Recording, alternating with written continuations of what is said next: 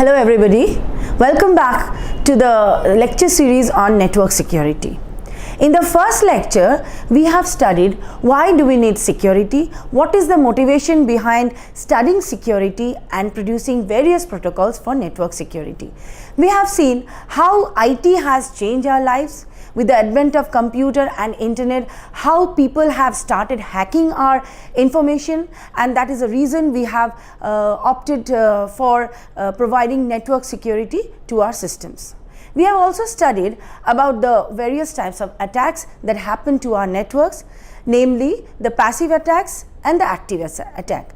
We have also seen what is the motivation between passive attackers and active attackers. Today, we are going to learn about the security services that should be provided by the service provider. A security service is the service that is provided by the service provider to an organization for the secrecy of the information, as also the data processing systems and transfer of information within organization. The services are intended to counter the security attacks, but how? The services are intended to counter the security attacks by using many of the security mechanisms that are available today. Now, we have touched upon some of the security mechanisms like cryptography and steganography.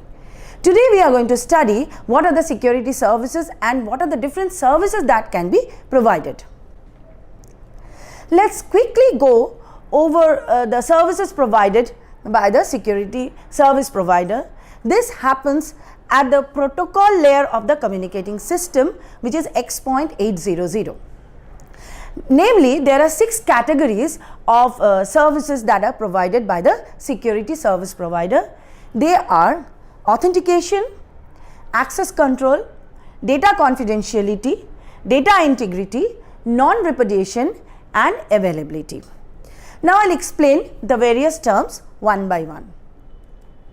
What is authentication? Authentication means the peer entity authentication or the data origin authentication. It has to ensure proper identification of the entities that are involved in the communication between the two, that means the source and the receiver.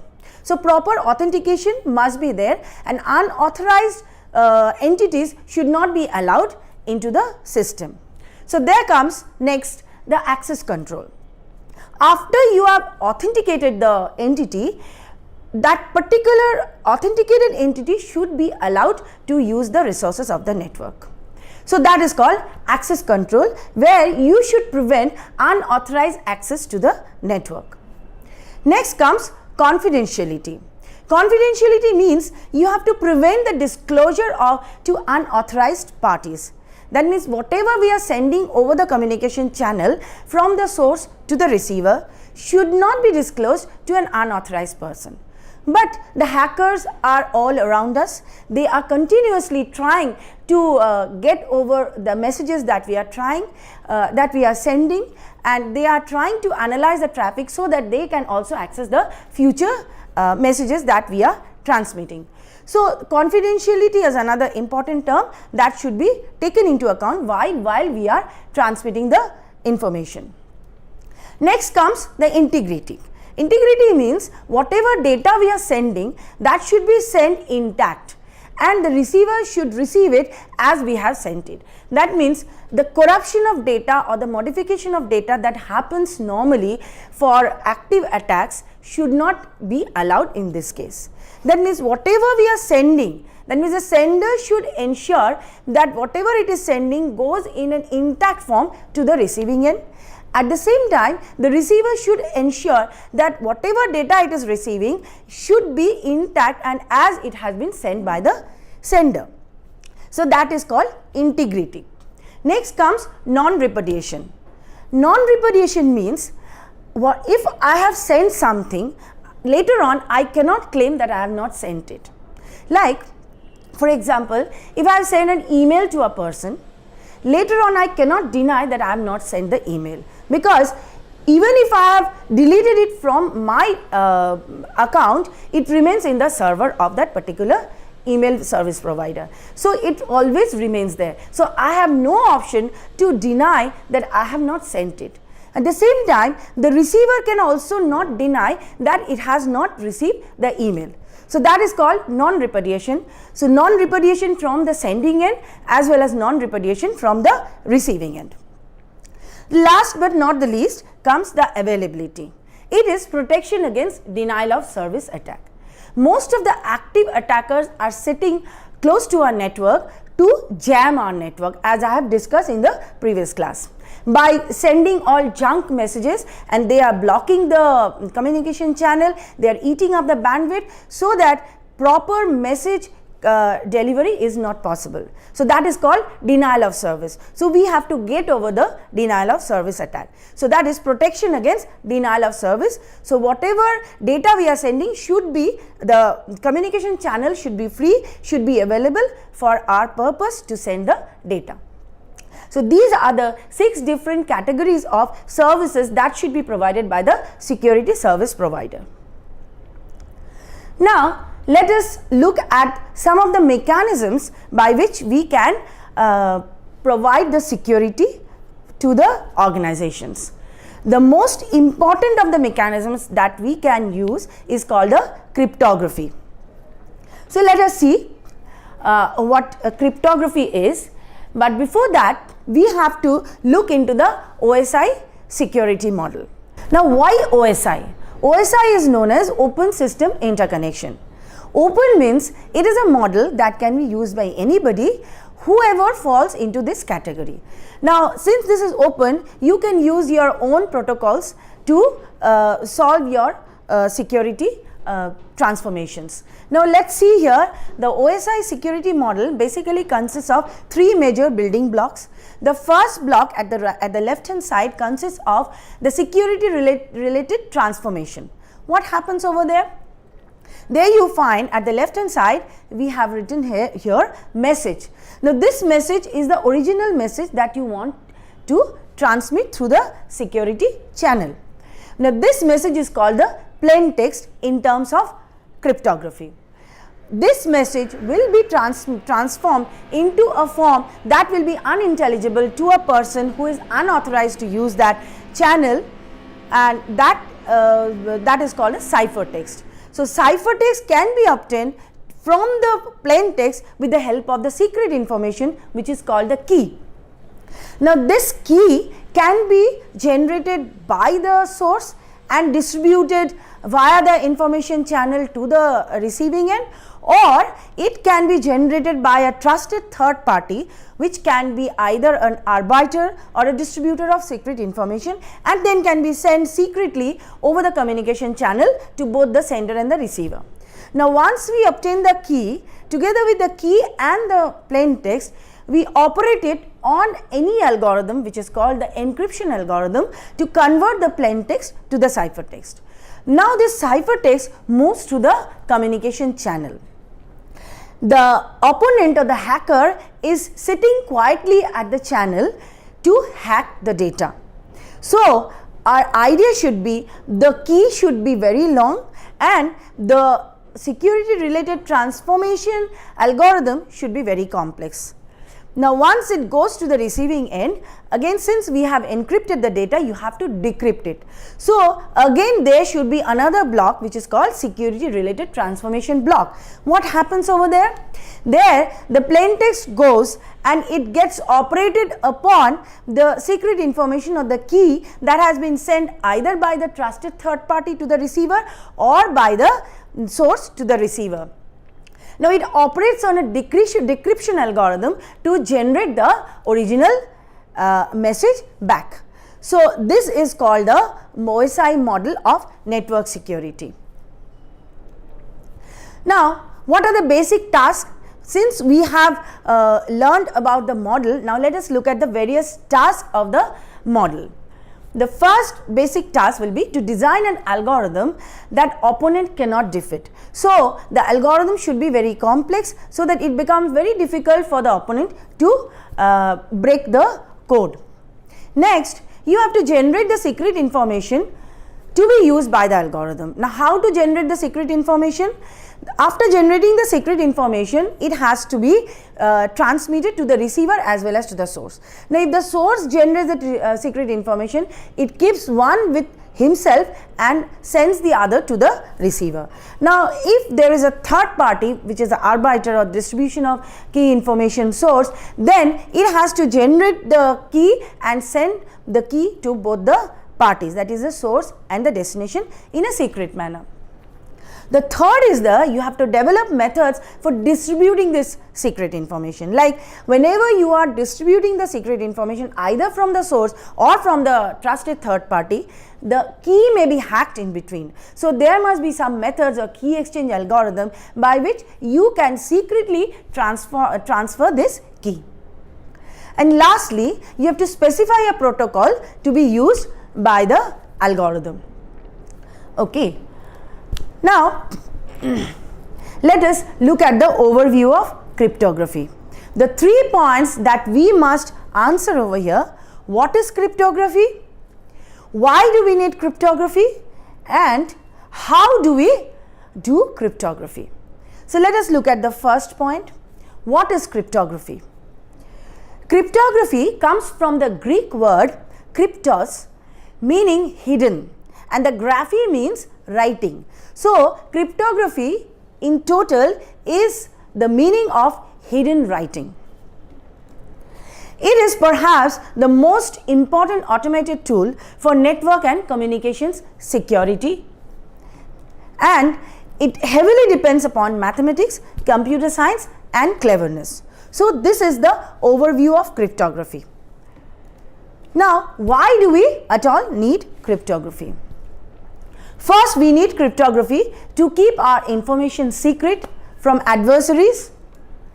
We can protect our important data, as in military communication.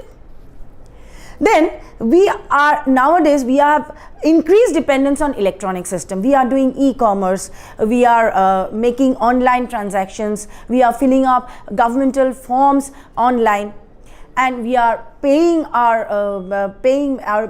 making transactions via the credit card numbers over the internet. So there the problem of hacking comes in. Previously, when there was no networking, no computer networking, this security related problems were also very less. Now with the advent of IT and internet, you have seen that it has increased to a large extent. Now we go over to implementation of cryptography. Let us look at the block diagram of cryptography. This will follow the normal OSI security model.